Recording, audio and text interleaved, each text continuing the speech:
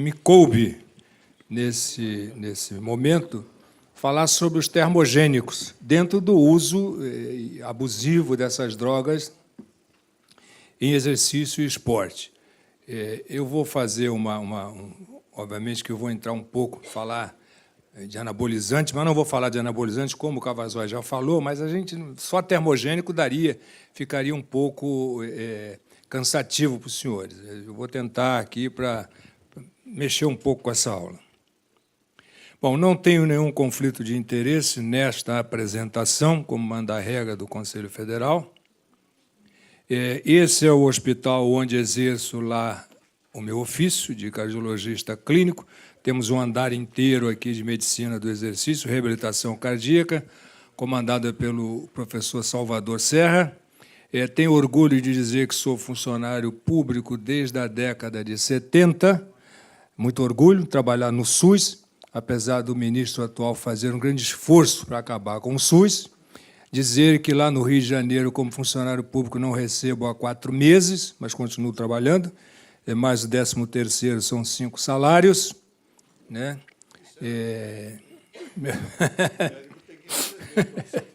Tá vendo? A gente não deixa a população sem assistência. A Universidade do Estado do Rio de Janeiro, nós estamos lá sem aula já há quase há 1 ano. O Hospital Pedro Ernesto, que é o hospital universitário, correndo grande risco de fechar, e tendo lá o estado mais corrupto da nossa federação, onde o governador, o ex-governador está preso, o ex-secretário de Saúde também está preso. Então, essa é a situação que a gente vive. Mas eu tenho muito orgulho de trabalhar lá nesse hospital há mais de 30 anos. Eu também tenho orgulho de estar nesse clube, que já foi aqui citado, né, e muito elogiado por todos. Evidentemente, os tricolores não gostam disso, né? Estamos lá também há muito tempo. E um pouquinho a Sociedade Brasileira de Cardiologia, agora no último congresso, ela fez uma citação interessante que eu trago para os senhores, para a vossa reflexão. E há uma nítida correlação entre excesso de peso, é assim que a gente deve dizer para as pessoas, não falar você está gordinho, você está acima do peso, não, você está com excesso de peso. Aumenta o risco cardiovascular, os senhores estão cansados de saber disso, né? Dislipidemia, hipertensão, diabetes.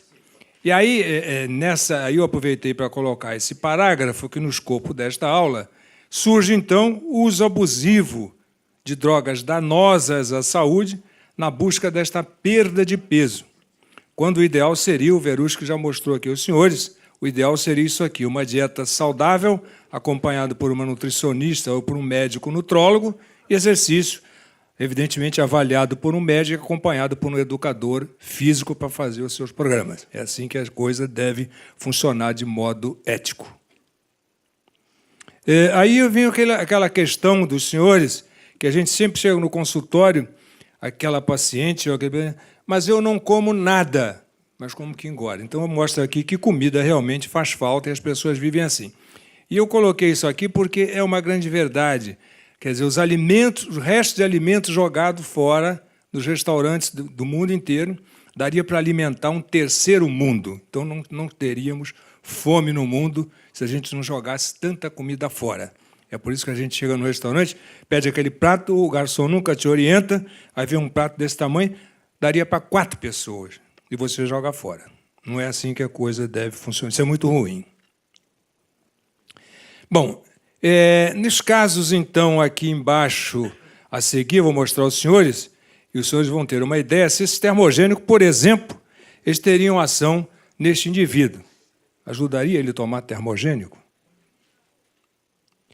Essa senhora ajudaria a tomar termogênico? A pessoa consegue, como é que consegue chegar? Mas chega a esse ponto, né? Consegue chegar a esse ponto. Lamentável, mas chega. E nos esportes, então, o que andam aí por aí usando de drogas que não devem ser utilizadas?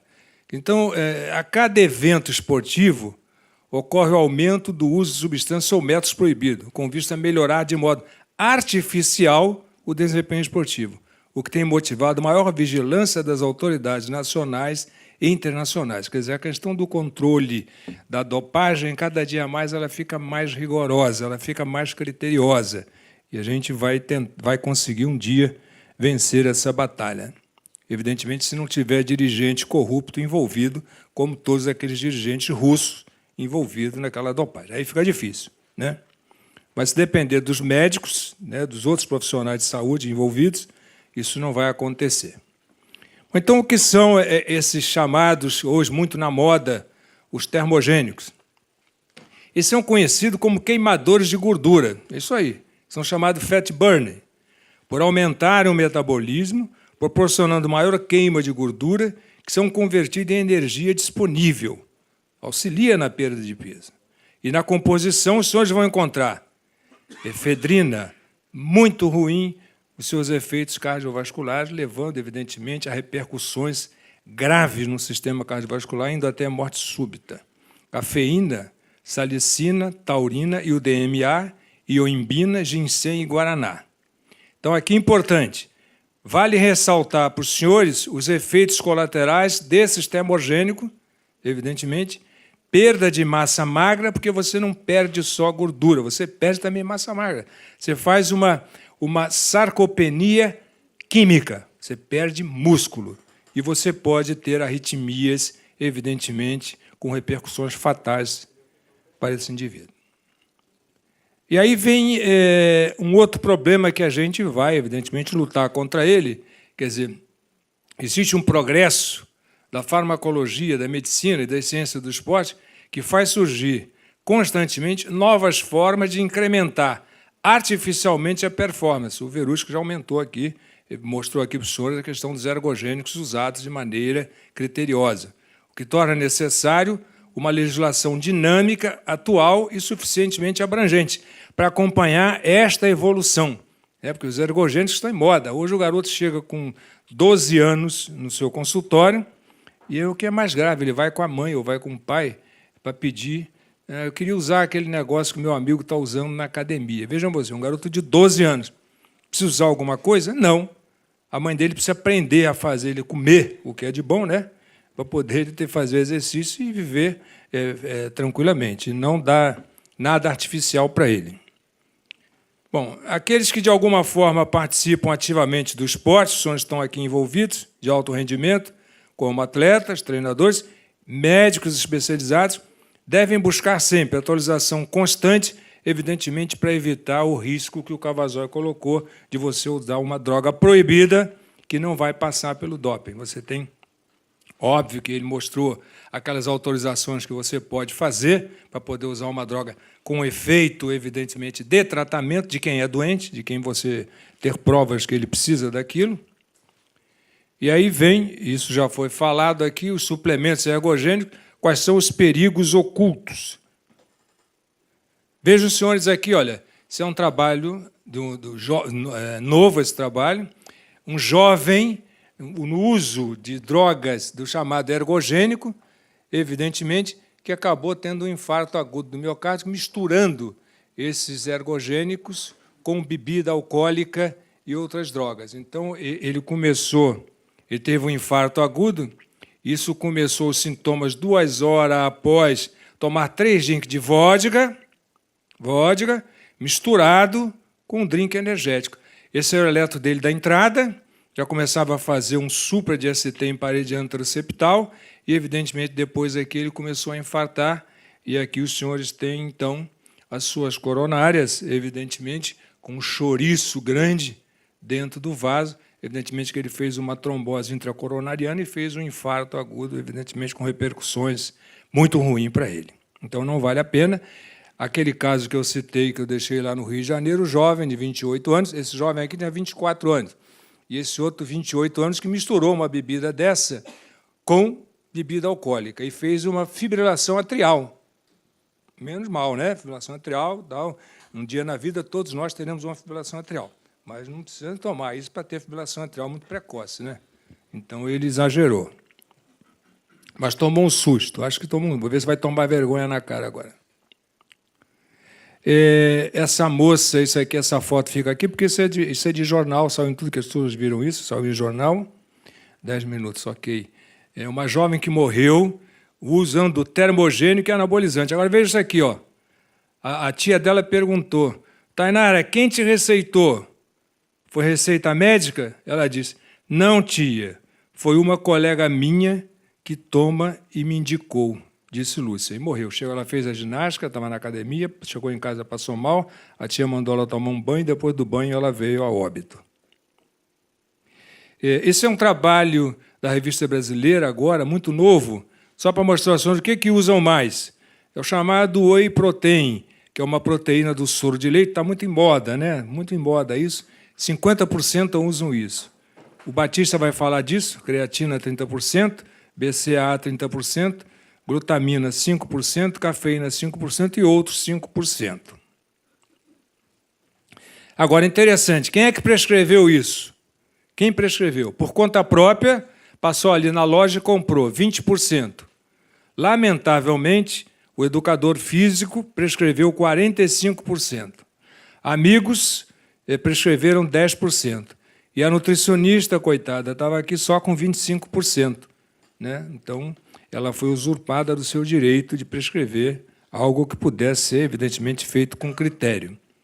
E qual foi a conclusão, então, desse trabalho? O trabalho foi que a maioria era do sexo masculino, e vejam, senhores, usavam a proteína do soro do leite, que é o chamado whey protein, mas nunca fizeram um teste para ver como é que estava, no início, a sua função renal. E a gente vê lá, eu pego isso no consultório, já indivíduos sequelados com uma creatinina de 2. Não sai mais disso, porque fez lesão renal grave por excesso de proteína. Evidentemente, faz uma sobrecarga renal, isso tem que ser prescrito pelo nutricionista ou pelo médico nutrólogo, com critério, para você poder, então, preservar o seu rim. A questão das drogas, então, de uso para emagrecimento, porque alguns senhores agora viram no jornal essa semana que a sibutramina foi liberada, a anfepramona foi também liberada e o manzidol também foi liberado. Quer dizer, as anfetaminas foram liberadas nessas que eu citei para os senhores pelo Conselho, pela Anvisa. Está liberada, com prescrição médica. Mas há que se ter esse cuidado aqui. Ó. Por exemplo, nos indivíduos cardiopatas, elas têm o efeito de estimular essas vias catecolaminérgicas. Evidentemente que vai aumentar muito a frequência cardíaca, o indivíduo coronariopata vai diminuir o seu tempo de diástole, vai diminuir o seu enchimento de coronária, evidentemente que vai faltar oxigênio naquele miocárdio, ele vai fazer arritmia, então tem que usar com cautela. E a sibutramina para os hipertensos, ela aumenta a pressão arterial, ela também aumenta a frequência cardíaca. Há uma vantagem nisso na sibutramina, porque ela faz redução de peso. E quando você reduz o peso, evidentemente que você reduz a produção de aldosterona, reduzindo a produção de aldosterona, que você vai emagrecer, o adipócito vai produzir menos isso, você vai ter menos hipertensão e aí você fica ali mais ou menos controlado. Mas isso usado com critério. E aí vem aqui os malditos termogênicos, evidentemente que fenilpropanolamina e efedrina, que eles são componentes deles, e você eleva muito o risco de AVC hemorrágico e arritmias cardíacas fatais. Então, não vale a pena você utilizar. Eu acho que isso era o interesse do Ricardo saber disso. E aí, evidentemente, que você consegue fazer com termogênicos e anabólicos, essa mistura maldita, fazer um corpo desse jeito. Rapidamente aqui para vocês, como isso aqui é muito antigo, em 1886, no Tour de France, de ciclismo, esse indivíduo morreu sob efeito de estresse misturado com cocaína e heroína. Muito bem. Em 1904, foi o primeiro SUS nas Olimpíadas Modernas. Esse indivíduo maratonista aqui quase que morre fazendo essa mistura de brand e estricnina. Agora, o mais incrível isso aqui, ele ficou com a medalha de ouro que foi tirada do vencedor, Fred Lewis, quando se descobriu que ele havia feito parte do pescoço de carona de caminhão. Então, assim, já tinha trambiqueiro já nessa época, né? Vou passar rapidamente aqui, é só uma questão da história. E aí vem aqui, olha, um pouquinho de história desses ergogênicos. Durante e após a Segunda Guerra Mundial, com o objetivo de melhorar artificialmente a performance, surgiram, então, as anfetaminas e os anabolizantes esteroides. Existia um interesse no pós-guerra pela grande perda do sistema muscular de prisioneiros, usarem para eles testosterona e nandrolona. Anfetamina, teoricamente, melhorava a capacidade de combate dos pilotos de comandos especiais durante a guerra.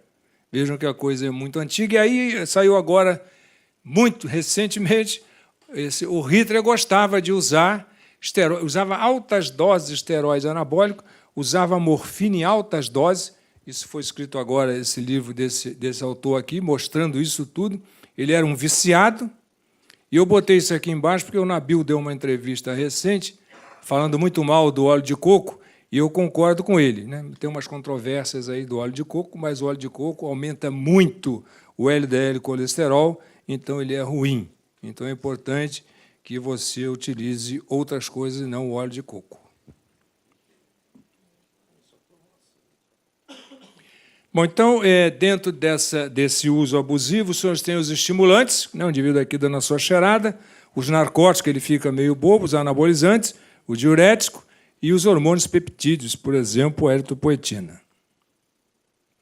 E aí vem, nesse uso abusivo de dependência química ou psíquica, quem engana quem? O indivíduo usa, por exemplo, para emagrecer, os estimulantes, anfetaminas, termogênicos, etc.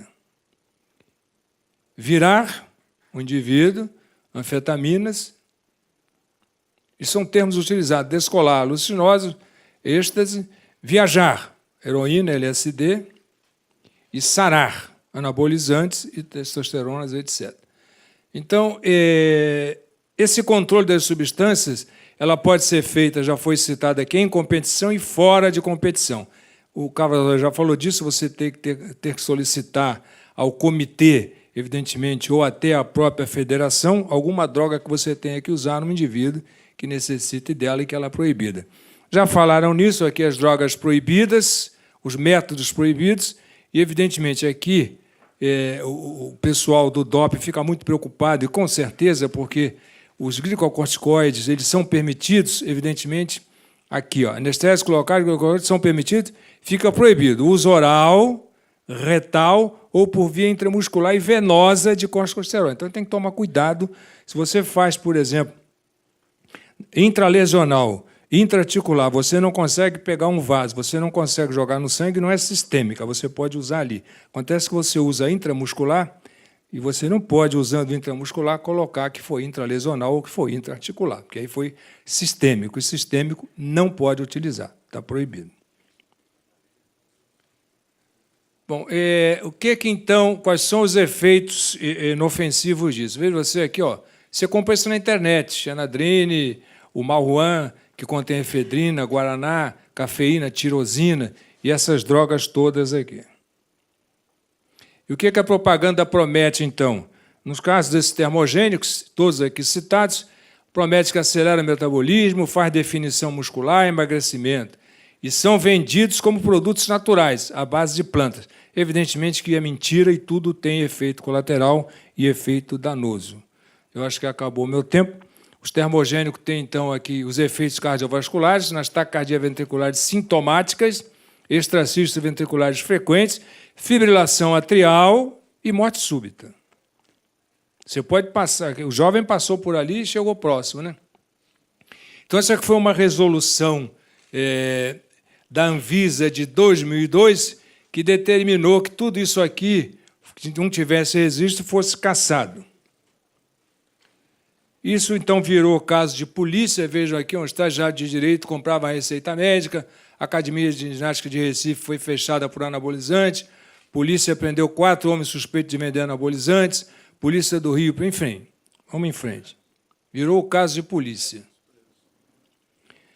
Para encerrar, então, o termo drogas ilícitas compreende todas as categorias de drogas, independentemente de serem tomadas para melhorar o desempenho, para mascarar a presença de determinadas substâncias dopantes, durante os testes de controle, são chamados agentes emascarantes, ou para neutralizar os efeitos colaterais hormonais de agentes dopantes. Existem trabalhos que mostram que os indivíduos conseguem usar até 40 vezes quantidades maiores do uso terapêutico. Alguns casos, rapidamente, o que pode acontecer. Esse é um caso recente, vou contar aos senhores, lá do nosso hospital, esse indivíduo internou nesse estado. O que é isso? Isso aqui foi esteroide injetado em região glútea. A CPK dele chegou a 30 mil. Eu fui lá com um colega cirurgião vascular, que ele foi chamado, eu fui junto com ele. Era para fazer amputação, mas quando chegou lá ele já estava morto, ele morreu, evidentemente. Ele já estava em diálise, vocês estão vendo ali o catéter ali embaixo colocado, então não compensa, evidentemente. Esse é um outro caso, esteroide injetável, né? O indivíduo parte para isso aí, não vale a pena. E aí, aqui, em homenagem ao ícone da medicina do esporte, doutor Brazão, a música diz, olha que coisa mais linda, gostam disso? Ela é menina que vem e que passa, a música é linda. Num doce balança a caminha do mar. E aí o professor Brazão aqui, em homenagem a ele, em memória, ele gostava desse modelo, e eu também sou adepto desse modelo, com certeza. Esse, então, aí é o destino do usuário de drogas ilícitas, e fica aqui uma saudação aos termogênicos, o cemitério de quem usa essas drogas. Muito obrigado.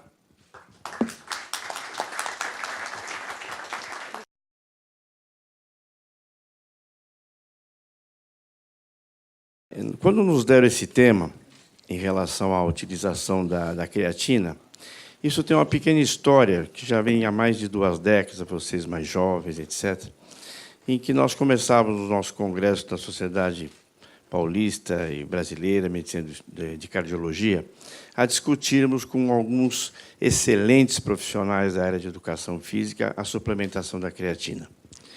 E surgiram algumas controvérsias que até hoje persistem em relação ao uso da creatina. Portanto, esse assunto é controverso, esse assunto ele tem uma gama enorme de variabilidades, de trabalhos, etc. E eu, então, resolvi simplificar. Na realidade, eu acho muito importante aproveitar essas oportunidades para que a gente se expresse, não talvez com uma aula mostrando todo o metabolismo da creatina, como ela é absorvida, o que acontece, porque isso está nos livros e de acesso fácil para todos nós. Eu acho que a pergunta que cabe é: o que eu faço? Eu acho que fica mais interessante a gente entrar nesse mérito. Como é que eu faço quando eu vejo um atleta, uma pessoa ativa, e que me pergunta: doutor Cláudio, eu posso tomar creatina? Ou preparador físico, ou nutricionista. Então, a nossa apresentação vai ser muito simples e muito prática, que é o que eu gostaria de trazer para vocês. Tem muitos médicos aqui. Quem já prescreveu creatina? Perfeito. Então, vocês vão ser os nossos sparring aqui, cientificamente comentando, porque exatamente esta controvérsia que eu quero trazer para vocês. A creatina, 95% dela se situa dentro, onde é que está aqui do músculo esquelético. Nós temos uma produção endógena, embora a maioria desta absorção é feita através da própria alimentação, principalmente carnes e peixes, etc. Então, isso é que acaba provocando a concentração de creatina nessa intensidade no músculo esquelético. E todos os senhores sabem que a ação dela é exatamente o fornecimento do sistema ADP-ATP, principalmente relacionados aos esportes de curta duração, 30 segundos, 60 segundos, até trabalhos mostrando que depois de 90 segundos não tem mais interesse no uso da creatina. E aí começa, então, uma série de polemizações em relação a isto. Este é um detalhe que eu gostei muito da finalização do Dr. Carlos, bem como do Serafim, colocou aqui brilhantemente alguns aspectos importantes. O esporte deve ser saúde, né?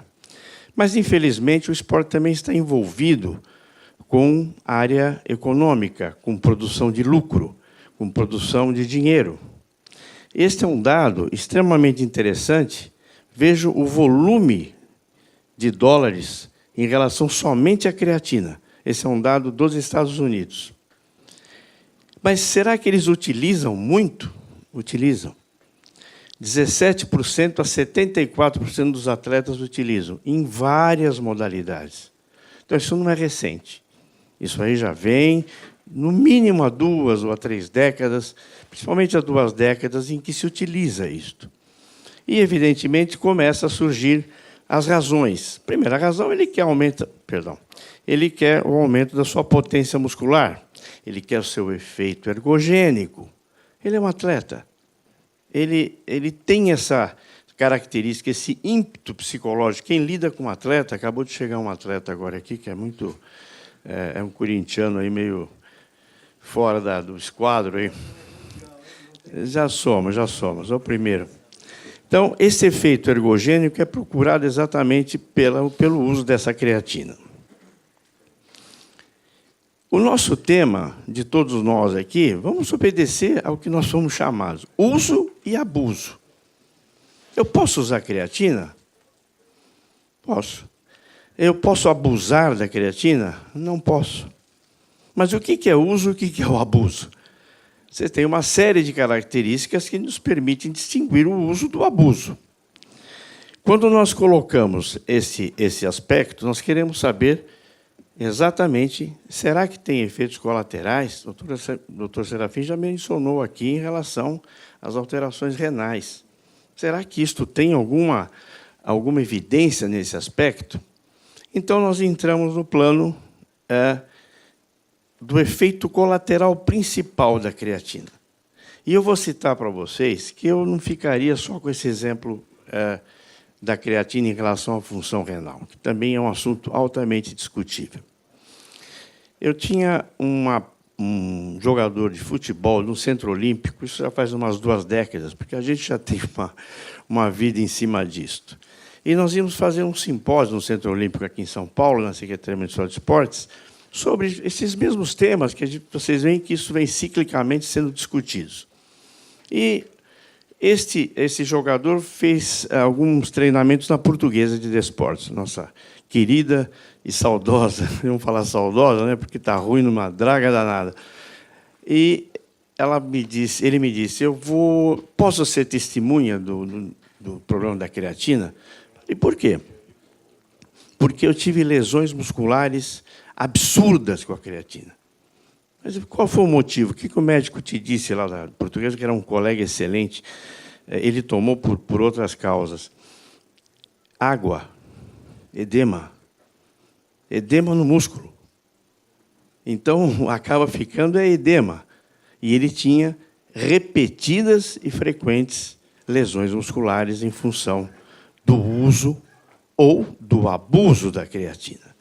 E, evidentemente, nós não nos prenderemos apenas à função renal.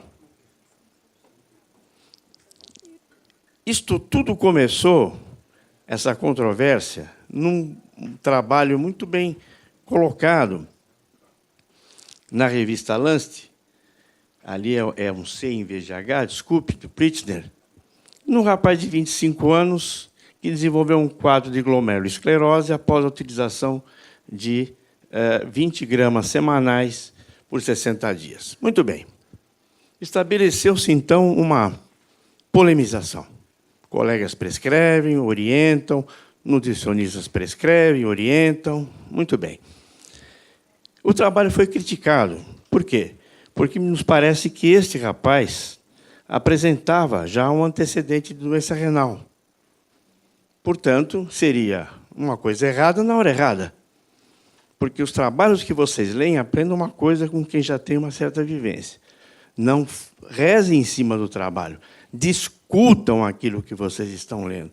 Porque aquilo também pode merecer uma crítica individual daqueles que têm experiência. Então, é muito importante que vocês, ao pegarem um trabalho científico, os mais jovens, etc., vocês leem com muita atenção. Não precisa aquela história do Papai Noel não existe e aquilo vai passando de um para outro. E é isso que ocorreu. Houve uma crítica em relação a esse trabalho. A partir daí, inúmeras publicações em relação à creatina. Vários trabalhos começaram a surgir no campo da educação física, no campo da nutrição, no campo médico. E como é que nós estamos com isso? Será que realmente, nós pensando em insuficiência renal, quais são as críticas em relação a esses trabalhos que demonstram ou pretendem demonstrar que a creatina compromete a função renal. Então, começaram a se discutir que os marcadores dessa disfunção renal eram utilizados a creatinina, a ureia, o potássio, o seu clínico e o próprio sódio. Mas será que eles seriam marcadores fidedignos e característicos de uma insuficiência renal provocada pela creatina? Esse era o grande, e ainda é, a grande dúvida e a grande contestação àqueles trabalhos que dizem que a creatina compromete a função renal. Então, nós somos favoráveis? Compromete ou não compromete? Nós vamos para a literatura médica. Nem trouxe para vocês aqui, porque são feitas as meta-análises. Meta-análises, quando a gente faz numa área em que a incidência da doença é muito grande, pega uma meta-análise de hipertensão, pressão alta, pega uma meta-análise de diabetes. É diferente, nós temos um número X absolutamente quase que infinito. O atleta, não. Quando você fala em meta-análise, você pega 7 aqui, 15 ali, 40 aqui, para tentar montar um esquema, ou pelo menos uma conclusão de esquema de estudo que comprove alguma coisa. Quais são as críticas quando você faz essa avaliação? Em primeiro lugar, os trabalhos que dizem que a creatina pode produzir graus de insuficiência renal são relatos de casos. Então, existe uma série de relatos de casos, e esses casos são exatamente discutíveis em relação à utilização, provavelmente, em pessoas que já não teriam essa possibilidade da sua utilização.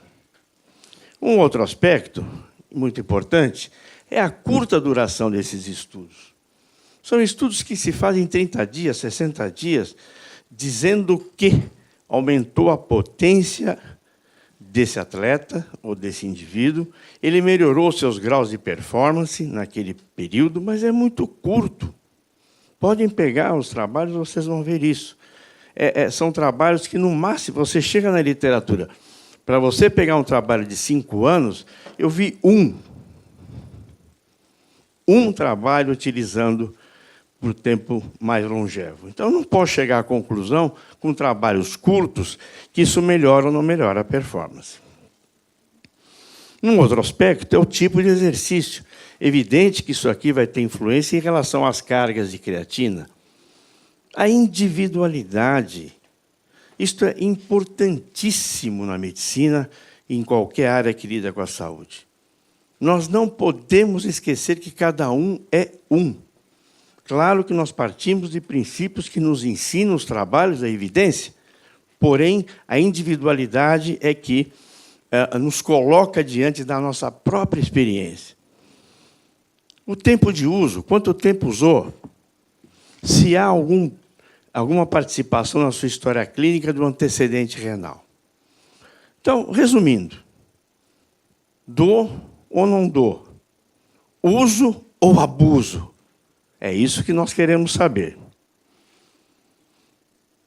Muito bem. Alguns aspectos de proibição no uso ou no abuso. Períodos de maturação, adolescentes. Eu já vi nutricionistas, médicos que beiram a irresponsabilidade, jovens de 15, 16, 17, que estão nas nossas academias. Está tudo espalhado aí.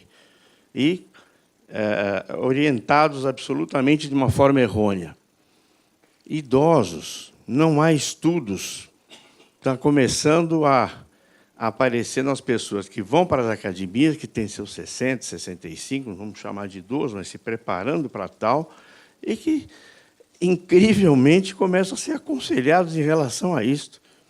Quem é que no consultório hoje, de um cardiologista, de um clínico, não chega uma pessoa de 60, 70 anos, eu estou começando a tomar o DEA. Estou começando a tomar isso aqui, que a minha filha trouxe dos Estados Unidos, vem aqueles potes que a gente não sabe nem de onde vem, nem quem controla, nem quem fabrica. Controle de fiscalização. Vocês acham que há tempo, há fiscais, há método de fiscalizar, de você poder fiscalizar isto? Não há. Você entra numa farmácia hoje, se você quiser comprar um antibiótico, você tem que fazer o número de cápsulas que você vai tomar, os dias, senão eles não te vendem. Correto? Aí você olha na farmácia e vê aqueles potes todos de uma série de substâncias. Você precisa de receita para aquilo? Não. Ah, para o antibiótico precisa, corretamente. Para aquilo, não. Então, não há como você tentar fiscalizar isto. O American College ele ainda aceita isto, porém com certas restrições. E aqui nós temos a autoridade máxima no doping. Parece que a creatina não é considerada ainda como uma substância dopante. Eu falei ainda, né? Mas os trabalhos demonstram que nós não temos ainda esta possibilidade de acertar. Conclusões. Tentei passar alguma coisa para vocês do que a gente faz. Uso criterioso de quem prescreve. Criterioso significa conhecer o que está prescrevendo. O que é bom para alguns pode não ser para todos. Então, os trabalhos científicos podem carecer de valor de N número que utiliza. Avaliação obrigatória renal. Pacientes que podem ter hipertensão arterial, que começa já, às vezes, com 30 anos, 35 anos, e eles vão para a academia, estão na academia e, às vezes, são recomendados ao uso da creatina. Algumas modalidades, eu aqui sacrifiquei, aqui uma delas, né?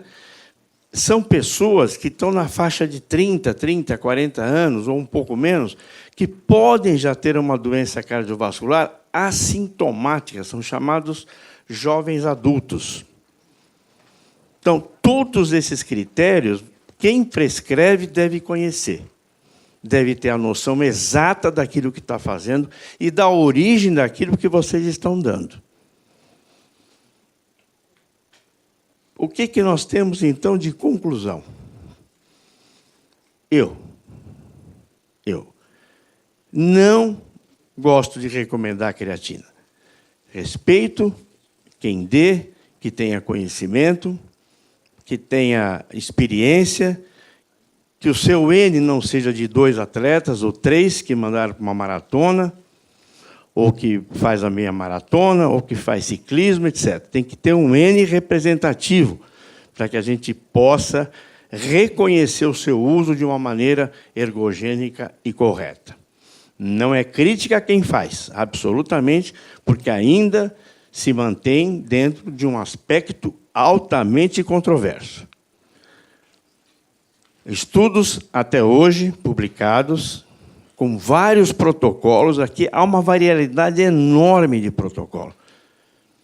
Na área de educação física, pega assim, o indivíduo leva no laboratório, faz testes de aptidão física, dosam-se aqueles consumos, etc., suplementa-se a creatina, depois de 30 dias, 4 semanas, vai fazer, ele melhora, vai dizer que é a creatina. Calma. É muito pouco tempo. Então, esses protocolos são realmente criticáveis. Não definem com segurança os efeitos benéficos de sua utilização. Isto é clássico na literatura. Repito, quem utiliza o faz com critério. Portanto, cuidado com o modismo. Vocês, jovens, que estão lidando com isso, cuidado com isto. E, principalmente, utilizem o bom senso. Troquem ideia. Façam sempre uma avaliação daquilo que vocês estão prescrevendo, daquilo que vocês estão orientando o seu atleta. E hoje nós estamos cada vez mais sendo desafiados. Dificilmente quem lida com jovem ou indivíduo de meia idade hoje, que tipo de esporte que eu posso fazer, doutor? O que eu devo tomar para melhorar?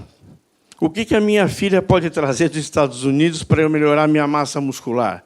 Epa! Nós estamos começando a ser questionados, não é mais de remédio para pressão, não. Porque parece que não tem doente. São pessoas saudáveis que querem procurar a sua performance. Portanto, meus jovens e os mais da nossa geração, prescrevam se o fizerem, mas prescrevam com critério, não com modismo e não por falta da tia, que foi aquele exemplo que mandou ou deixou de mandar. O Dr. Carlos fez uma finalização exemplar. Aquela frase final da aula dele foi exemplar. O esporte é aquele caminho. O esporte é o caminho da seriedade, da promoção de saúde, de uma vida estável. Finalizando, insisto, se o fizerem, o façam com critério. Esta é a nossa mensagem. Espero que vocês tenham gostado. Muito obrigado. Parabéns, Cláudio. Brilhante como sempre. Parabéns. Eu acho que a creatina ainda não é doping, provavelmente pelos lucros laboratoriais existentes, que talvez impeçam que ela seja considerada doping. Eu acho que qualquer agente colocado que mude a performance está errado. A performance deve ser estabelecida em função de uma técnica perfeita, de um preparo físico adequado, dos acréscimos sendo dados e, principalmente, do começo da prática esportiva em idade ideal, não muito precocemente, para que todos atinjam o seu ápice com a idade adequada para aquele esporte. Deixemos os insumos laboratoriais de lado. Uma boa alimentação, um bom treinamento vai ser o suficiente. Vamos passar a questões, por favor. Estão abertas as questões.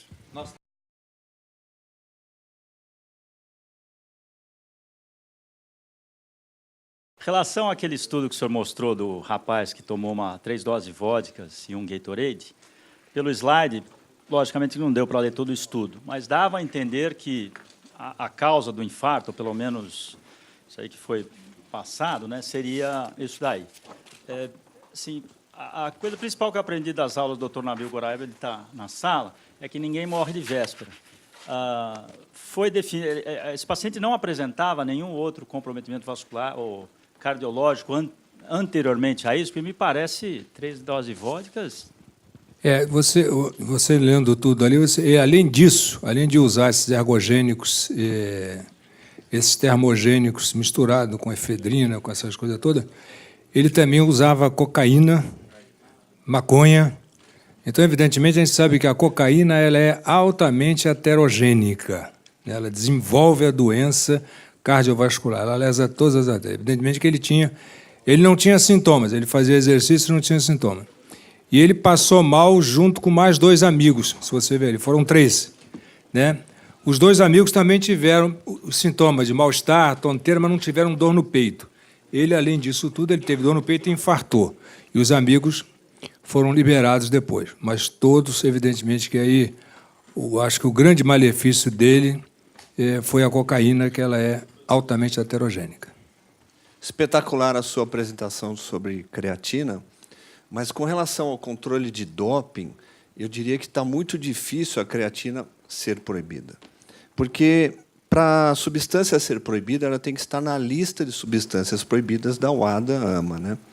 E ela só entra na lista se de 3 critérios ela perfazer 2, ou seja, ela não é ergogênica. A creatina não produz, né? Não é ergogênica. Ela, sim, coloca em risco a vida de quem está praticando o esporte. Então, aí ela faz um critério. Né? E ela não é antiética, ela não é ilegal, enfim. Então, por esses 3 critérios da lista de substâncias proibidas, infelizmente, a gente não vai conseguir ver a creatina como proibida pelo controle de doping. Né? Ela já foi proibida e foi retirada da lista. Né? Todos nós aqui, além de praticarmos esporte, trabalhamos com isso, a gente sabe que a creatina esteve na Olimpíada de Atlanta como a droga do momento, naquela época. Né? Mas, enfim, eu acho que ainda a gente não vai conseguir, infelizmente, não vai conseguir ver a creatina tão cedo como uma substância proibida. Muito obrigado pela Muito colocação. Obrigado. E vindo de você, que é um expert nisso, a gente fica feliz. Obrigado. Na aula dos termogênicos, faltou dizer se há se há o uso ou se tudo é abuso. É isso que eu queria saber. Olha, se você for buscar na nutrição, você sabe, por exemplo, que o kiwi é uma fruta, ela é considerada um termogênico. Mas será que ela vai ter um efeito realmente termogênico de aumentar muito a tua temperatura para fazer uma lipólise e queimar gordura? Não sabemos. A cafeína é um termogênico, né? Você, obviamente, ninguém vai deixar de tomar o seu café. Agora, você não deve, por exemplo, como esse jovem fez, tomar lá umas 6 latas de Red Bull e mistura com vodka. E não dá. Então, a cafeína também é um termogênico. Ela está liberada. Se você olhar o vinho tinto, é maravilhoso, mas ele contém taurina. A taurina é um termogênico. Então, você pode tomar seu vinho, tranquilamente. Evidentemente que existe uma sensibilidade. Tem pessoas que fazem uma libação com vinho à noite e aí acordam de madrugada com taquicardia, né? Porque tem uma sensibilidade. Não... E tem outros que tomam, fazem aquela libação e não tem taquicardia. Então, não são todos proibidos. Agora, desses termogênicos, o mais maléfico, que mais faz arritmia cardíaca, o que mais dá morte súbita é a efedrina. Então, eles usam muito a efedrina, pseudoefedrina, aquele Jack 3D, que está por aí, você pode comprar em qualquer coisa, ele contém pseudoefedrina em altas doses e é vendido pela internet. Então, isso aí, o abuso realmente leva a esses casos. Mas eu compartilho com o Verusca, que colocou aqui, dieta saudável e exercício. Seria o ideal para todos nós. No Circulation saiu um infartado que usava esses energéticos, tipo Red Bull. E ele tomava, ele infartou por trombose da descendente anterior. Isso aí. E depois dele apareceram outros trabalhos mostrando que não só a cafeína, a taurina ele é um agressivo do endotélio, fazendo com que diminuísse o óxido nítrico e, com isso, o endotélio ficava lesionado e poderia favorecer tromboses por lesão quase que direta da taurina. Então, o grande problema hoje é a taurina também. E nós estamos fazendo um trabalho no Dante Pazzanese com Red Bull, em voluntários, e para ver a frequência cardíaca no holter, conforme quem usa e quem não usa. Então, a diferença é quase 70% o aumento da frequência cardíaca com uma lata só desses energéticos. E lembrando que termogênico é proibido no Brasil, seja qual for. Termogênico. Primeiro que nenhum deles aumenta a temperatura, nem 1 grau sequer Celsius. É tudo conversa. Não, esquentou. Esquentou porque deu uma reação no esôfago, dando esofagite, pensando que era calor e aquilo era uma lesão. Como a pinga, quando você toma a pinga para se esquentar, dá uma lesão no esôfago. Então, a conversa é nesse sentido. Obrigado. Eu quero só fazer um comentário, já que a creatina foi a bola da vez aqui, parece. Existem respondedores e não respondedores à creatina, para começar. Creatina se usa só em modalidades esportivas de explosão muscular para reparar depressão, não como ação ergogênica. E outra, mais de 12 de creatina existe. E nós estamos comprando gato por lebre, porque o que foi falado aqui é da creatina monoidratada. Todas as outras que estão aí no comércio, misturadas e mais baratas, são creatinas compostos, que a creatina é aminoácido, não é uma droga, que tem 30%, 40%, 50% da ação da monoidratada. Por isso que é mais barato. E a Anvisa libera para a população em geral 3 gramas por dia. É a sua pergunta. Sem risco para a população em geral. Ela não se refere só a atleta, porque se fizesse mal para a população em geral, a Anvisa não aprovaria. O problema é a fiscalização, ela não vai atrás para saber se é monoidratada ou não. E, mais a última coisa, do que foi apresentado aqui como mediadores, como marcadores do risco de usar creatina, como, por exemplo, carregamento de creatina, que é a estratégia de 20 gramas por dia na primeira semana e 3 gramas na segunda, terceira e quarta semana, para manter o estoque em torno de 40% no músculo, a cistatina C é o marcador mais fidedigno, porque ele indica a lesão inicial do néfron. Por isso que clearance, creatinina não são tão específicas tão confiáveis em avaliar a função do néfron como a cistatina C. Boa tarde, é um prazer. O uso de medicação no esporte foi extremamente usado pela primeira comissão médica do Comitê Olímpico, que assumiu em 1967 essa função.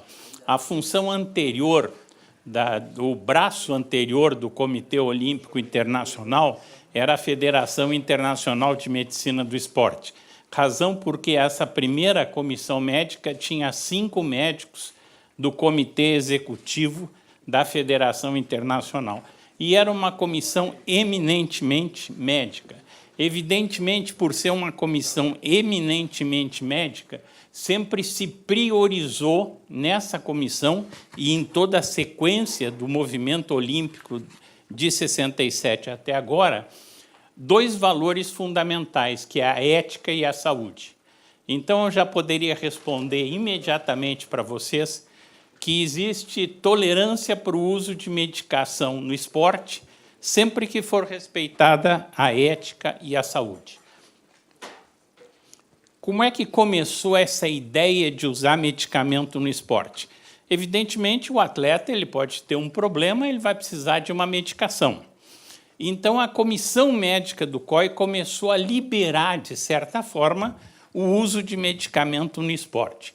E, em 1984, a comissão médica decidiu, porque havia muitas pessoas que participavam do tiro esportivo que já tinham alguma idade naquela época e que eram hipertensos e que queriam usar beta-bloqueadores. Então, a comissão médica permitiu que, com um atestado médico, um atleta de tiro esportivo poderia usar um beta-bloqueador, considerando que talvez poucos deles teriam uma idade suficiente para desenvolver uma hipertensão arterial, e isso não seria um caso muito complicado. Na realidade, o que aconteceu? Todos os atletas de 84 de tiro apresentaram atestado médico de hipertensão arterial para justificar o beta-bloqueador. Quer dizer, ficou claro para a comissão médica que isso era um exagero, que não se estava respeitando nem a ética nem a saúde, e ela, então, incluiu os beta-bloqueadores na lista de produtos proibidos no ano seguinte. Em 85, os médicos-chefes das organizações continentais esportivas passaram a integrar a comissão médica do COI. E um dos colegas que passou a integrar essa comissão foi o Dr. Ken Fitch, da Austrália, representando a Oceania. E o Ken Fitch, de 1985, vocês perdoem o tipo, até 2003, ele assumiu no Comitê Olímpico a função de liberar medicamentos sempre que houvesse um processo de solicitação. Então, se uma droga fosse proibida, o atleta, para competir numa Olimpíada, fazia um processo, fundamentava, e o Ken Fitch, então, liberava pela comissão médica esse atleta. Seguindo um pouco na história, nós chegamos em 98 no Tour de France. E o Tour de France apresentou um problema na área de doping, não foi na área de medicamento. Haviam 2 entidades que fiscalizavam o controle de doping na França.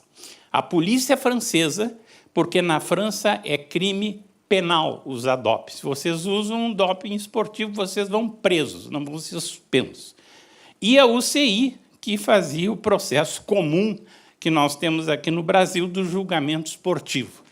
Então, esses 2 grupos, a polícia e os comissários da UCI, se bateram para pegar os atletas, houve uma certa complicação, e o Comitê Olímpico resolveu, então, fazer um congresso em 99 para decidir quem é que tomaria conta do doping do esporte. E a conclusão desse congresso foi criar uma entidade não governamental, a WADA, que é composta, por um lado, pelo movimento olímpico e, por outro lado, pelos governos.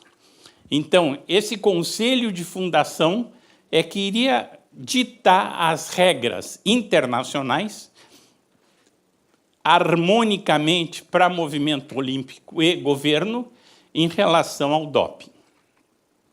Se criou um comitê de saúde, medicina e pesquisa, e esse comitê, então, definiu o que seriam as obrigações dos atletas dali em diante, qual a legislação antidoping, fundamentou o Código Mundial Antidoping, que foi aprovado na segunda conferência em Copenhague, em 2003.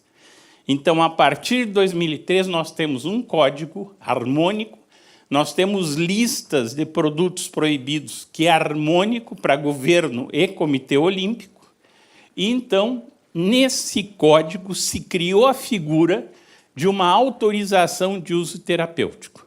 Essa autorização se faz através de um processo. Esse processo é encaminhado para as autoridades de controle de doping do país, no caso do Brasil, a ABCD, e, evidentemente, essa ABCD tem uma comissão médica que vai estudar esses pedidos. O Cavazós já falou hoje pela manhã sobre as condições de concessão da UIT, eu não vou passar esse ponto, mas, evidentemente, a primeira condição para conceder uma AUT, é que o medicamento deve ser proibido. Nós não concedemos AUT para medicamento permitido, porque não é essa a lei. Nós só concedemos para medicamento proibido. E hoje, pelos dados que ele mostrou, 30% das solicitações de AUT são solicitações inócuas, porque são para produtos permitidos pela lista. Então, não há sentido de se solicitar uma permissão por uma coisa permitida. Existe uma pequena confusãozinha aqui entre atletas nacionais e internacionais que eu gostaria de marcar bem para vocês. Atletas internacionais são os que estão sob controle de uma federação internacional. As federações internacionais pegam os melhores do ranking, os atletas mais importantes, e elas controlam esses atletas. Não é o país que controla esses atletas. Aqui no vôlei, por exemplo, nós temos 15 atletas de vôlei que são controlados pela Federação Internacional. Se um atleta desses precisar uma autorização, eles têm que pedir para o vôlei internacional. Eles não podem pedir para a ABCD. A ABCD só atende aqueles atletas que, mesmo internacionalmente, não estão vinculados a esse sistema, ou os atletas nacionais. Qual é o prazo de resposta para uma AUT?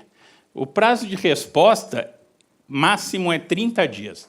Uma vez que entra a solicitação, antes de 30 dias eu tenho que dar o resultado.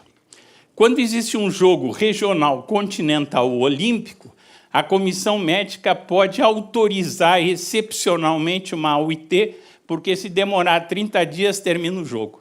Então, a gente autoriza em 48 horas, mas ela só vale para o jogo. Depois ele tem que voltar para esse sistema.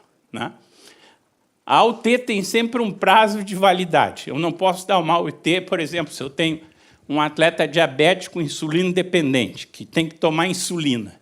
Insulina é doping. Então, eu tenho que pedir uma AUT para insulina. Mas eu não posso, mesmo sabendo que ele é diabético, ele vai usar toda a vida, eu não posso dar uma AUT de mais de 1 ano. Eu dou até 1 ano, depois eu tenho que dar de novo outra para o ano seguinte.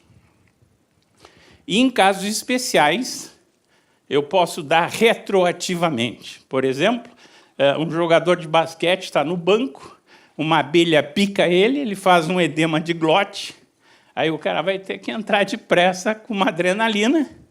E o que acontece? Como é que eu boto esse cara no jogo? Eu vou ter que botar, ele está no banco.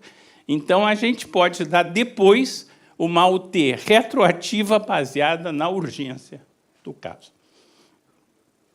Essas leis internacionais passaram para o Brasil em 2005. A UADA, como é uma ONG não governamental, o governo brasileiro não segue a UADA.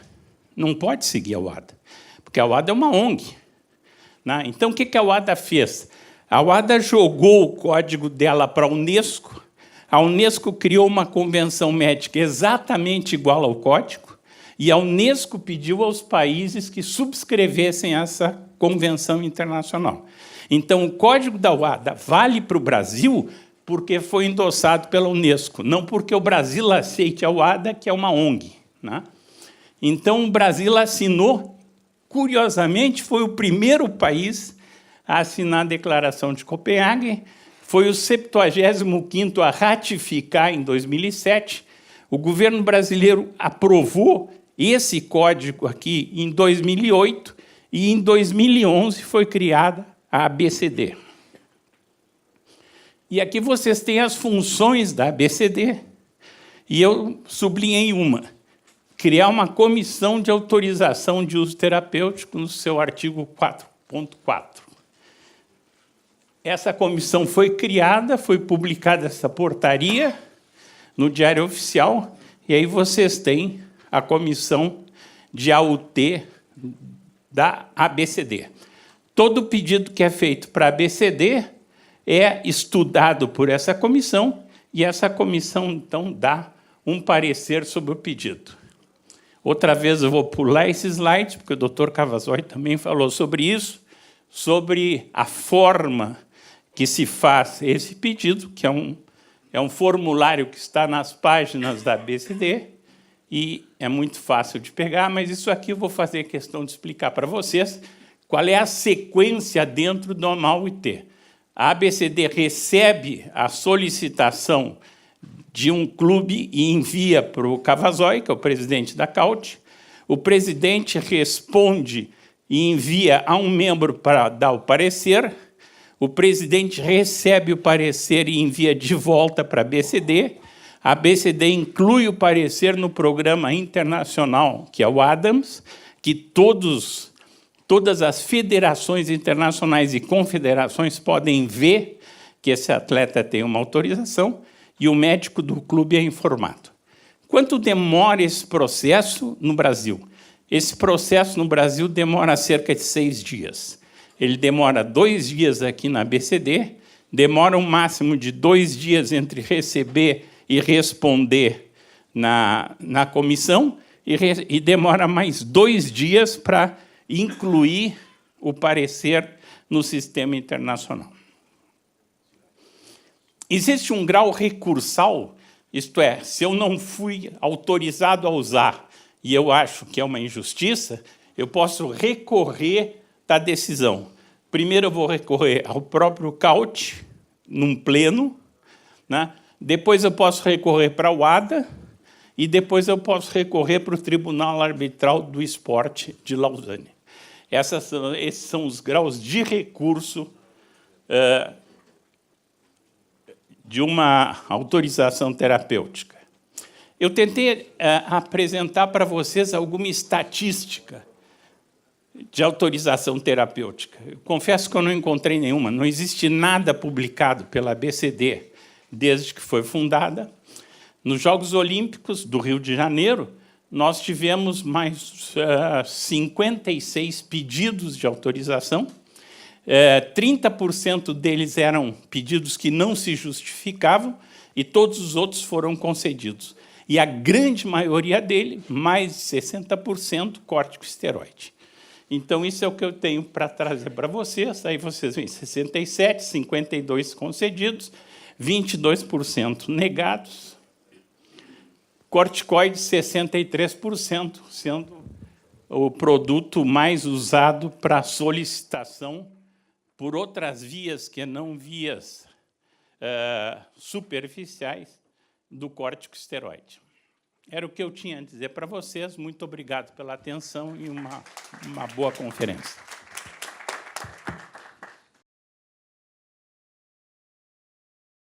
A gente vai ter um espaço para discutir algumas questões que os senhores entenderem como relevantes. O professor Japy já está o primeiro inscrito. Eu faço essa pergunta ao doutor Renato Françoso Filho. Eu recebi há uns 15 dias um rapaz que era atleta, procurou um endocrinologista e me trouxe a receita do endocrinologista. Tinha testosterona, tinha um esquema para 3 meses. Daí eu fiz um discurso para o rapaz, expliquei tudo isso, né? Mas ele não se convenceu. E eu estava com a receita em mãos. Cabia encaminhar ao CRM essa receita? Sem a menor dúvida, né? O conselho funciona de duas maneiras, né? Ou por fiscalização de motu próprio, por dever de ofício, ou por demanda das denúncias que ali chegam, como os senhores viram no decorrer do dia de hoje. E, em tendo conhecimento, nós abrimos os processos, que inicialmente são sindicâncias, e, eventualmente, com a comprovação, passa a ser um processo ético profissional. Mas é importantíssimo que nós, médicos, que zelamos pela saúde das pessoas, nós tenhamos a atitude de denunciar aqueles que fazem mal à população, né? É isso que o professor Nabil está acabando de dizer. Se nós fechamos os olhos para os casos que estão à nossa vista, como é que nós vamos fazer uma melhora das condições de saúde da população que está ao nosso alcance? Tem coisas que a gente não consegue mudar, mas tem coisa que a gente consegue. E uma delas é essa. A partir do instante que nós comecemos a punir aqueles que fazem medicina de má qualidade, que fazem prejuízo à população, se beneficiando com os lucros advindos dessa prática, eles não podem continuar exercendo, porque acaba denegrindo a imagem de todos nós, do conjunto da população médica. E é isso que é muito ruim, né? Então, sem dúvida, tragam ao Conselho, e nós tomaremos as providências. Professor Nabil?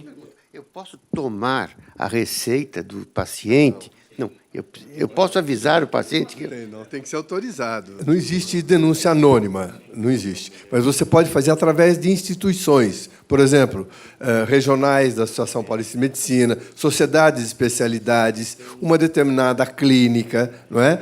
Você não precisa... Muitas vezes é muito difícil se expor individualmente, mas você tem essas outras opções e até mesmo você mobilizar o paciente, convencê-lo do prejuízo que ele está sendo vítima e que ele tome a iniciativa de denunciar o Conselho, também é uma grande atitude. Está bem? No prazo de 3 meses, esse núcleo de medicina do esporte aqui do Hospital 9 de Julho, que tem o Dr. Páblios e o Dr. Ricardo Molina Haas na sua direção, promoveram 2 simpósios para tratar desse assunto, sobre a ética na medicina do esporte, sobre os princípios éticos que devem nortear o exercício da medicina do esporte, sobre problemas de doping, etc. Isso mostra que cada vez mais isso é necessário e mostra mais ainda a capacidade de realização, de organização desse grupo liderado pelo Ricardo Narras. Então, eu queria aqui deixar explícito os meus cumprimentos ao Dr. Ricardo, à Câmara de Medicina do Esporte, que o Conselho tem a honra de albergar e que, sem dúvida, tem grandes contribuições a prestar à sociedade. E cumprimentar os senhores que estão aqui interessados em levar o que existe de melhor para a prática diária de cada um dos senhores. Parabéns a todos, agradecer aos componentes da mesa e uma boa tarde e boa sequência do evento. Quando a gente fala de anabolizantes, a gente fala de testosterona, ou a gente fala de hormônio do crescimento, ou quando a gente fala de qualquer substância relacionada ao doping, a gente pensa muito nesse aspecto aqui, que muitas vezes que é o que nos resta. Na verdade, o que a gente tem? Uma briga, é uma guerra que parece que não tem fim, porque, por enquanto, a gente está tentando fazer com que o esporte seja verdadeiramente ligado à saúde e que pessoas que têm o dom para poder desempenhar e ter aquele destaque por conta própria possa se destacar, enquanto outras pessoas que não têm a mesma condição e que querem superar através de formas que não são adequadas. E se fosse só esse o problema, seria o menor, apesar de ser muito grave, mas, infelizmente, isso traz uma implicação muito grande para a saúde da pessoa. Então, o esporte passa a ser um inverso. E eu lembro, porque é curioso, porque eu sou chefe de serviço lá no Instituto Nacional de Cardiologia, e muitas vezes, quando na própria medicina privada não se resolvem questões ligadas a essa área, eles nos procuram no hospital público, que é uma coisa muito bacana, que eu tenho muito orgulho de trabalhar. E teve um caso de uma médica que me ligou porque a irmã dela era uma atleta de ponta numa modalidade, eu não vou dizer qual é, e ela estava hipertensa, não estava se sentindo bem, e que ela ia me ligar para ver como eu poderia ajudá-la. E o que aconteceu? ela me ligou e falou, olha, a minha irmã está insistindo, mas eu não quero ser tratada, eu quero continuar como a primeira do ranking. Então, se eu tiver que continuar usando anabolizante, eu vou usar, porque eu não posso perder esse meu ranking. Isso que acontece com muitos outros atletas também. Então, o que a gente tem que entender? Na verdade, tudo que relaciona a doping, relacionado a testosterona, hormônio, etc., é que nem tráfico de drogas ou tráfico de armas. Na verdade, existe um poder econômico imenso. Quando a gente vê um atleta que ganha milhões, imagina quanto as pessoas que estão por trás desse atleta não ganham. Se ele ganha 1 milhão, essas pessoas ganham milhões muito maiores. É uma indústria terrível que está por trás, relacionada a isso. E, muitas vezes, associada a essa parte financeira, nós temos uma parte que é uma parte mais importante, talvez, em alguns países é importante, que é a parte política. Vejam vocês, qual é o interesse, por exemplo, da Rússia, que tem uma estrutura que vem descendo? Qual é a vantagem que eles têm? É o destaque, a manutenção da política, mostrando que o modus operandi de governar o país pode ser muito interessante. E como? Destaques pelo esporte. E um outro aspecto aqui a gente está vendo, que, na verdade, é a questão ética. Os valores, a gente não precisa nem dizer, nós moramos no Brasil, então os valores acabaram. Então, o que é importante? Importante é você alcançar os objetivos? Não é alcançar? Claro que é, mas a custo de quê? Então, vale tudo para você conseguir alcançar os objetivos. E aí você pega o usuário, né? O cara que vai usar o anabolizante, ou a testosterona, o GH, o que quer que seja, por quê? Ele vai ganhar muito dinheiro, menos que todos esses, mas vai ganhar muito dinheiro. Ele vai ter fama, vai ter poder, mas o preço pode ser caro. Como a gente viu que vários atletas da Alemanha Oriental, várias nadadoras, morreram de câncer hepático, morreram por doenças cardiovasculares. Então, tudo tem um preço na vida. E aqui a gente vê que tem alguns aspectos que são interessantes. Você vê que é uma guerra muito intensa. Por quê? A gente fala de entidades ligadas ao Comitê Olímpico, mas existem algumas entidades que são entidades privadas, como a NFL, como a NBA, e que você tem uma dificuldade muito grande desse controle. Por que eles fazem controle de doping? É porque eles são bonzinhos? Será que o indivíduo que está na NBA, o que ele quer? Ele quer que apareça aquele atleta que é imenso, é muito forte, tem explosão. Você olha aquele atleta, nossa, é um espetáculo. Então, ele utiliza essas pessoas, que vão ganhar muito dinheiro, é óbvio, para você conseguir fazer com que o circo possa subir. Essa é a verdade. O custo disso é muito caro. E, às vezes, você vê, nossa, a gente sabe que no futebol americano é obrigatório que você tenha um neurologista, um neurocirurgião. Por quê? Os atletas falaram que, se não for dessa forma, não vai ter. Então, muitas vezes, a gente conquista coisas porque pode ser que, economicamente, é interessante ou por uma exigência de alguma outra forma. E aqui a gente vê, na NFL, a gente vê, olha, o MMA, Ultimate Fighting, em que homens e mulheres se dopam para conseguir alcançar objetivos. Outro do NFL, falando da WADA, para transparência, mas qual o poder que a WADA tem na NFL? Eles fazem acordos, por quê? Porque é importante, de alguma maneira, mostrar uma credibilidade. Eles precisam. Não é porque eles são bonzinhos ou porque tem algum outro interesse relacionado. Vamos falar um pouquinho da testosterona. E é interessante, eu trouxe algumas coisas que saíram, algumas estão em inglês porque saíram recentemente, e uma delas, que é de 2017, em que ele mostrou o histórico dos anabolizantes da testosterona, mostrando que na década de 30, quando você conseguiu isolar a testosterona, e a partir daí as coisas começaram a acontecer. Começaram a fazer estudos, mas lembrando que o testículo, mesmo séculos atrás, eles pegavam um testículo e faziam extratos do testículo, achando que você poderia aumentar a masculinidade, essas coisas todas, mas, efetivamente, quando você conseguiu separar a testosterona e, a partir daí, as coisas começaram a se organizar, tudo já com uma visão muito antecipada, na década de 40, através dos nazistas, como foi mostrado pelo Serafim, mostrou uma coisa, mas uma coisa interessante, ele já viu os soldados nazistas utilizavam testosterona para aumentar a força, a reatividade, dormir menos, ter mais atenção. Então, o doping dos soldados já acontecia na Segunda Guerra Mundial. E, a partir daí, começou, mesmo antes de você ter o doping relacionado às atividades olímpicas, os primeiros vieram relacionados a levantamento de pesos, competições de levantamento de pesos. A partir daí, a coisa começou a se organizar, o business começou a melhorar, e você, partindo dos Jogos Olímpicos, cada vez mais você pegou um arsenal de medicações que podem ser utilizadas e cada vez mais difíceis, muitas delas com eliminação rápida, e quando você vai tentar detectar, você já não consegue mais sucesso nesse momento. E qual a expectativa do atleta em relação à testosterona? Por que ele quer usar? O que ele espera se ele estiver utilizando a testosterona?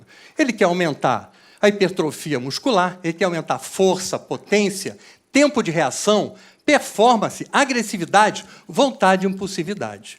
Quando eles, mostrando, por acaso, isso aqui é um lutador de MMA, mas as mulheres a mesma coisa no MMA. Porque as mulheres, além de aumentar a força, elas aumentam a agressividade, reação. Então, é uma coisa muito complexa e realmente é muito utilizado.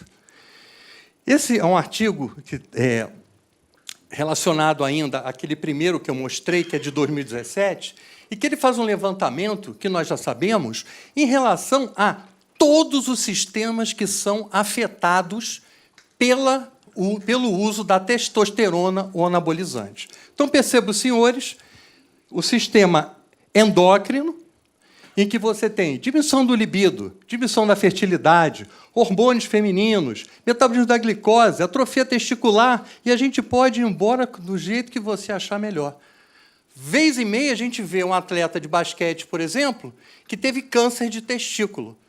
Um atleta que, quando começou a carreira, ele era magrinho, de repente ele ficou imenso de forte, câncer de testículo. Pode ser uma coincidência? Pode.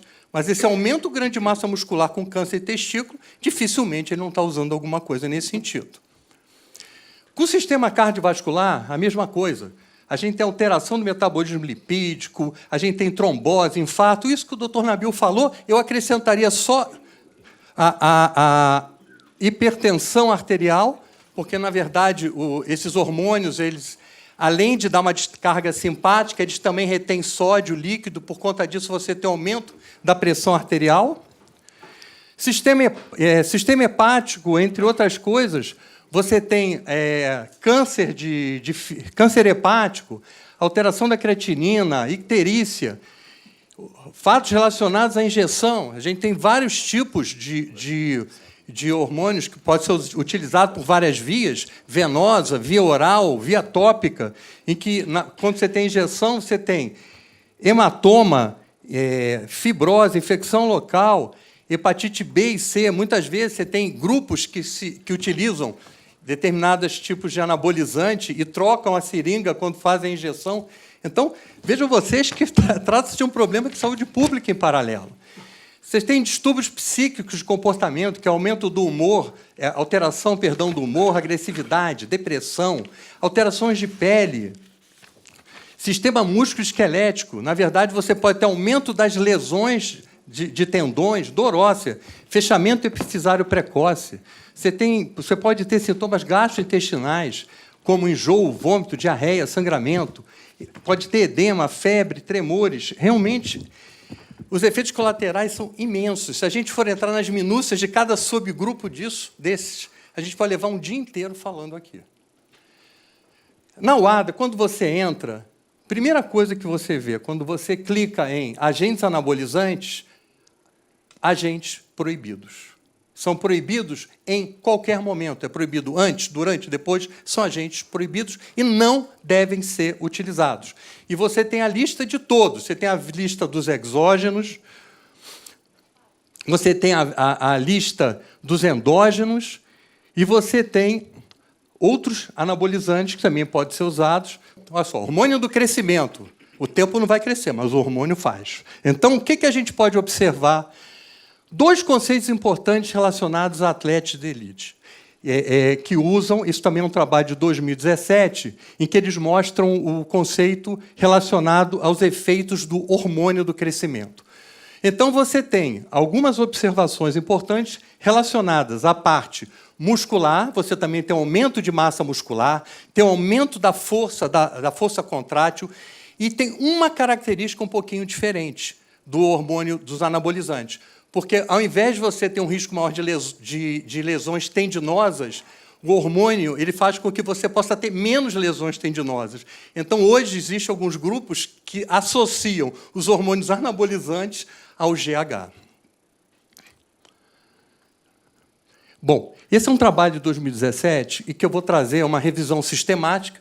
Qual é a vantagem da revisão sistemática? Você pega os trabalhos em que você tem, principalmente, meta-análises e que tem uma metodologia semelhante, você junta um trabalho com uma ótima metodologia, um quantitativo de doentes maiores, para que as conclusões que você tenha são conclusões que você pode ter uma relação, um pensamento mais exato em relação aos aspectos que são analisados por cada uma delas.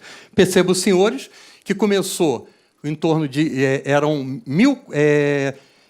mais de 1.000 publicações, no final, 11 publicações relacionadas à meta-análise e avaliações que tinham a ver. O que eu vou trazer, resumindo, para vocês? Aqui é o placebo e a relação com o uso do hormônio do crescimento. Basicamente, o que a gente observa, eu não vou entrar em detalhes, mas o que a gente vê é tudo relacionado a aumento de massa magra, obviamente que você tem um aumento muito mais intenso em quem usa GH. Lipólise, aumento maior em quem usa GH. Outro aspecto importante, quando ele fez a associação do hormônio do crescimento, em paralelo com os anabolizantes, ele consegue avaliar e perceber que os efeitos do poder anaeróbio fica muito maior. Então, todos os testes anaeróbios, de potência anaeróbicas, eles aumentam muito mais. Ou seja, os dois juntos vão trazer efeitos deletérios muito maiores. Mas, quando você pega e você utiliza um, utiliza o outro, isoladamente, que já são péssimos, os dois juntos trazem mais desempenho, em compensação, mais problemas também. Basicamente, aqui também só para mostrar que, na verdade, até os super-heróis, se eles utilizarem formas inadequadas, eles vão ter um final muito ruim. E todos os super-heróis vão ter o mesmo final. A mensagem que eu quero dar para vocês é que, infelizmente, para alguns, e felizmente para a maior parte das pessoas, essa guerra é uma guerra difícil. Mas a ética, não só no esporte, mas em todos os lugares, ela é muito importante. Porque nós temos que mudar essa história. As pessoas têm que entender que o esporte é saúde. E que nós temos que, de alguma maneira, fazer com que as pessoas que têm o dom possam sobrepor as pessoas que querem utilizar meios ilícitos para poder suplantar as outras pessoas. Um abraço, obrigado a todos.